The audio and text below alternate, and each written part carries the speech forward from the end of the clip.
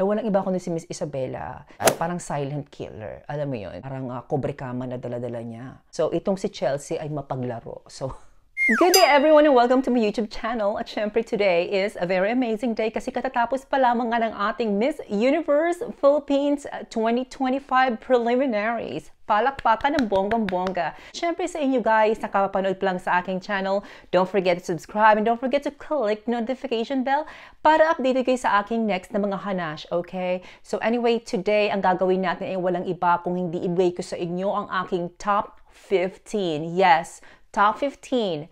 After the preliminary competition, 15 na masasabi ko na isa sa mga pinakamalalakas, pinakadumadagundong, at pinaka-puwersang-puwersa sa superpowers pagdating sa performance ng swimsuit and evening gown competition. Okay? Ang aking number 15 ay walang iba kundi si Miss Pasay. Yes, si Miss Pasay ang aking number 15. Alam naman nating lahat sa laging sinasabi sa aking YouTube video na si Miss Pasay ay kakaiba dahil isa siya sa pinakamatangkad. Pinakamatangkad na talagang hindi mo maliligwak, hindi maaaring hindi mo siya mapapansin kasi nga napakatangkad niya. Tapos when it comes to communication skills, alam naman nating nabihasa itong girl na ito pagdating sa English speaking dahil nga lakiing itong Amerika. So, madali sa kanya makipag-usap sa English kasi nga likas ito para sa kanya. Number 14 ko, isa rin sa aking mga favorite, walang iba kundi si Miss Benguet. Since day one, gustong-gusto ko si Miss Benguet. Filipinang-Filipina ang kanyang beauty, napakamorena, at ang ganda rin ng kanyang height. So, pag nakita mo siya sa entablado, talagang masasabi mo na ay talagang papasok ito sa top 20 at sa top 15 dahil nga napakaganda ng kanyang tayo, napakaganda rin ng kanyang katawan at ng kanyang stage presence. Number 13, isa din ito, number 13 ko ay walang iba kundi si Miss Ifugao. Kasi si Miss Ifugao, isa rin siyang may dugong banyaga, pero pagdating sa performance, talagang nakitaan ko na talagang magaling siya rumampa, maganda yung stage presence, tsaka maayos yung mga performance niya. Ang suwabe ng mga galaw sa entablado. So, number 13. Ang number 12 ko ay walang iba kundi si Miss Malay Aklan. So, si Miss Malay Aklan, since day one, isa rin ito sa may pinakamagandang face sa akin pagdating sa Miss Universe 2025. Isa siya sa may pinakamagandang mukha. Ang ganda rin ng mga execution niya when it comes to pasarela. Ang ganda ng katawan. Ang ganda ng kanyang execution sa gown at saka sa swimsuit at the same time. Number 11 ay si Miss Oriental Mindoro. Isa ito sa mga veterana when it comes to beauty pageant. Although, hindi natin siya masyadong nakita pa sa mga international, sa mga national pageant, pero isa siya sa may pinakamaraming experience na when it comes to beauty pageant. Kung makikita mo siya, ikakaiba yung gown niya. Talagang pasabog kung pasabog, isang malaking belo. Talagang lumulutang yung belo niya, talagang mapapansin mo talaga siya. At saka makikita mong bihasang-bihasa ito si Miss Oriental Mindoro kasi nga, ang ganda ng pagkakalakad. Ang ganda ng mga projection niya. Tapos yung swimsuit niya talagang, alam mong, this is not her first time when it comes to beauty pageant. Number 10, walang iba kundi si Miss Bohol. So, nagustuhan ko rin ang performance ni Miss Bohol kasi ang ganda ng mukha, di ba? Talagang may lahing banyaga din siya at saka napakatangkad niya. Ang ganda ng mga execution niya ng gown, ang ganda ng pasarela, at isa talaga siya sa mga stand-out sa akin. Number 9, walang iba kundi si Miss Isabela. So, si Miss Isabela, talagang yung isa sa masasabi ko kay Isabela, yung stage presence niya ay talagang on point. Maganda ang pasarela. Marunong mag-project, marunong tumingin sa tao, alam niya kung saan siya titingin. Yung makikita mo sa kanya na hindi siya nagmamadali, hindi naiilang, talagang inaayos yung mga execution niya.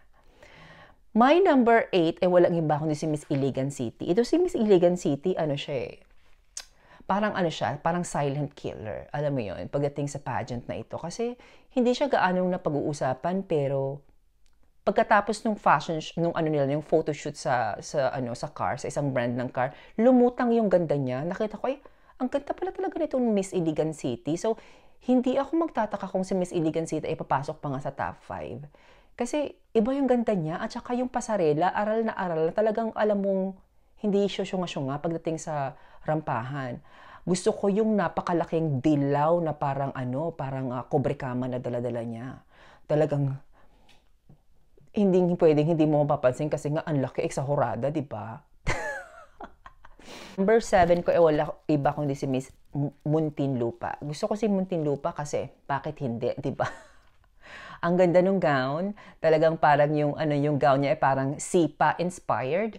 Tapos yung swimsuit niya maganda rin yung pagkaka-execute. Ang ganda ng kanyang performance, very energetic, talagang hindi pwedeng hindi siya papasok sa top 15, di ba? Ang number 6 ko ay walang iba kundi si Miss Sultan Kudarat. Si Miss Sultan Kudarat, number 6 ko siya kasi alam naman natin si Chelsea mapaglaro, 'di ba? Imotera, talagang pinaglalaroan yung mga props, kumbaga yung yung borloloy ng gown ay talagang parang yung pinaglaruan niya talaga, ay marunong talaga siyang mag-project at maglaro sa kung anong meron siya. Hindi pwedeng hahayaan niya lang dyan nakakabit sa kanya, paglalaruan niya yan. So, itong si Chelsea ay mapaglaro. So pagdating sa top 15 na ito ay talagang pasok sa akin sa mga si Chelsea, di ba? Ang number 5 ko ay walang iba kundi si Taguig. My gosh, napakaganda ni Taguig. Ang ganda ng mukha. Yung gown niya kakaiba. Talagang pretty ng gown niya. Talagang siya.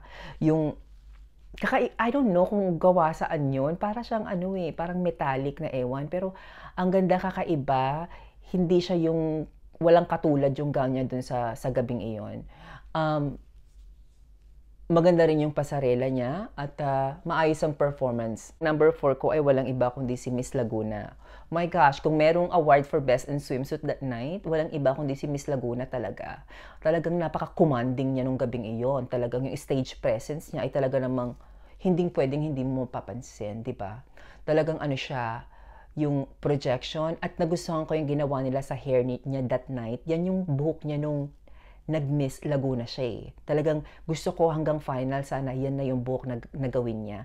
Ang hindi ko lang nagustuhan kay Laguna that night is yung gown. Yung gown niya, medyo tabingi sa bandang breast, medyo tabingi siya. So, nagtataka lang ako, hindi ba nila inayos muna yan? Kasi yung focus nung mata ko, napunta doon, na-distract ako kasi hindi pantay yung bandang sa dibdib nung gown ni Miss Laguna. Sana inayos nila at sana wag na nilang ipapagamit sa kanya yung gown na yan sa finals, okay? Ang number 3 ko ay walang iba kundi ang sweet and lovely Miss Baguio. My gosh, Miss Baguio, ang ganda-ganda ng performance niya sa swimsuit, ang ganda-ganda ng kanyang performance sa gown. Napakahinihin, pero napakaganda rin, very much artista-like yung presensya ni Miss Baguio. Kaya nagustuhan ko rin siya dyan. Ang number 2 ko ay walang iba kundi si Miss Quezon Province, si Miss Maria Atisa Manalo. Bakit hindi? Ang ganda kasi nung performance ni Atisa din, pero para sa akin talaga as usual, ang problema ko kay Atisa, yung nakukulangan ako sa energy. Ganun na talaga yata si Atisa, wala tayong magagawa doon. Pero, yun na siya eh. So, kung papadala natin si Atisa, yan na yan. So, kaya niya ba makipagbakbakan sa mga kandidata sa kalibre niya ngayon? Who knows? Pero para sa akin, nahihinaan ako sa kanyang energy. Alam mo yun? So, sana talagang mabago pa. But I know hindi na mababago yan. Yan na siya eh. So, I'm still rooting for her.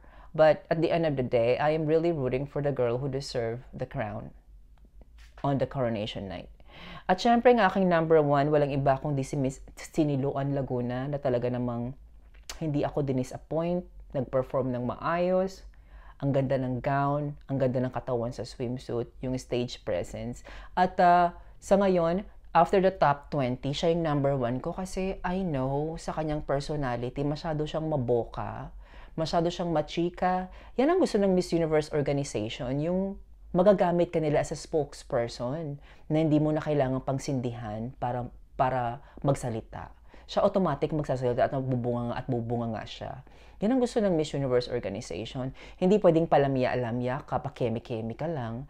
Kailangan mala Shanice Palacios ang iyong presensya. Kailangan mala Catriona Gray ang iyong bunganga para ikaw ang ihirang na Miss Universe Philippines 2020, Miss Universe 2025. So sa ngayon, si Siniloan Laguna ang nakikitaan ko na pwede nating ipadala. But at the same time, sa finals night lang naman tayo magkakaiba-iba dyan eh. So, makikita natin sa finals kung sino talaga sa kanila ang mag-a-align ang star para sa kanila. Gaya na nangyari kay Chelsea last year, di ba? Hindi natin alam siya mananalo, pero ang nag-align lang talaga ang star para kay Chelsea. So, there you have it, ladies and gentlemen. Let me know kung agree kayo sa aking top 5. At para sa inyo, sino sa tingin ninyo ang karapat-dapat na maging Miss Universe 2025?